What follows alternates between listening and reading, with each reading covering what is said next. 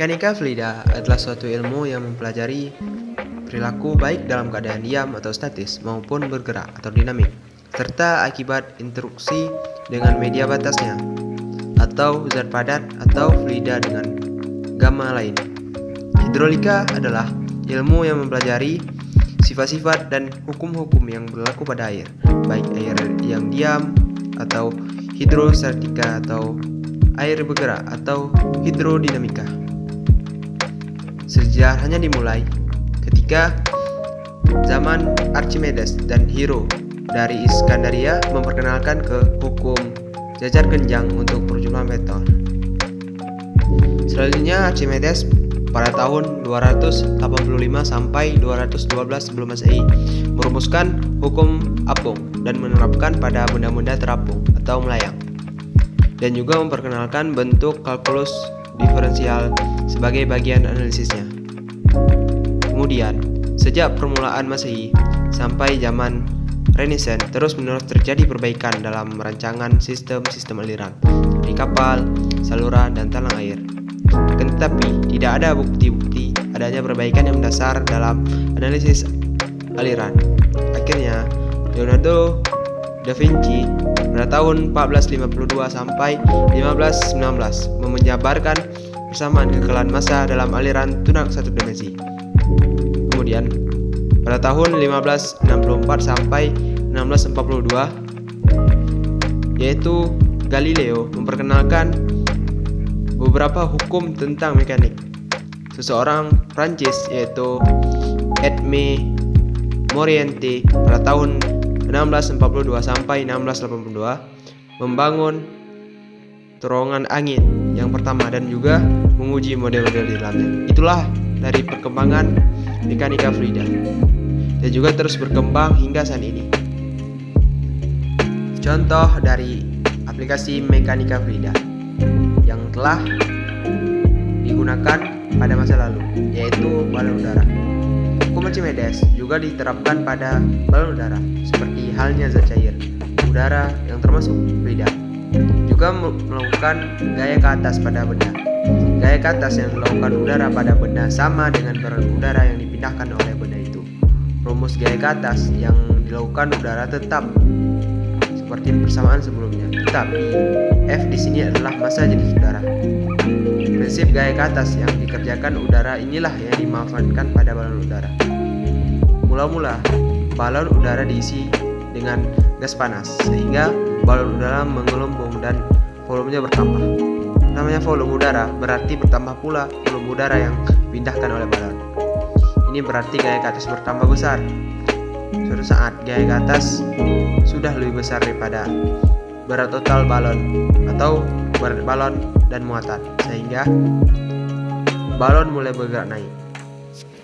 Kemudian awak balon udara terus menambah gas panas sampai balon itu mencapai ketinggian tertentu.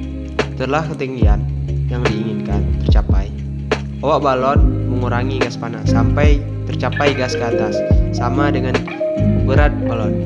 Pada saat itulah balon melayang di udara. Waktu awak ingin menurunkan ketinggian, maka sebagian isi gas balon dikeluarkan dari balon udara. Ini menyebabkan volume dari balon udara berkurang, yang berarti gaya ke atas berkurang, sehingga gaya ke atas lebih kecil dari berat balon, dan juga mengakibatkan balon bergerak menjadi turun ke bawah. Berikutnya yaitu aplikasi dari ilmu mekanika fluida dan hidrolika pada sekarang. Saya mengambil contoh yaitu hidrometer. Hidrometer adalah alat yang dipakai untuk mengukur massa jenis zat cair.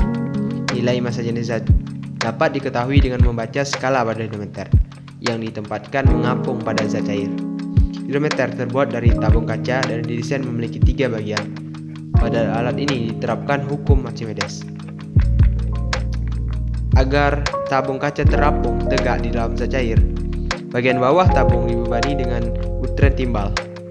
Diameter bawah tabung kaca dibuat lebih besar supaya volume zat cair yang dipindahkan ke hidrometer dapat mengapung di dalam zat cair. Tangkai tabung kaca didesain supaya perubahan kecil dalam berat benda yang dipindahkan atau sama artinya dengan perubahan kecil dalam massa jenis zat cair, menghasilkan perubahan besar pada kedalaman tangkai yang dicelupkan dalam zat cair. Ini berarti perbedaan bacaan pada skala untuk berbagai zat cair menjadi lebih jelas. Inilah prinsip kerja dari hidrometer. Ini berarti perbedaan bacaan pada skala untuk berbagai jenis zat cair menjadi lebih jelas. Selanjutnya, aplikasi dari ilmu mekanika fluida dan hidrolika pada masa depan. 5 mahasiswa UGM telah berinovasi membuat mesin pencetak mie tipe hidrolis. Dengan mesin pencetak mie ini diharapkan mampu menciptakan efisiensi kerja dan higienitas produk tinggi. Alat dibuat sedemikian rupa sehingga mudah dalam pengoperasian dan dapat terjamin kontinuitasnya.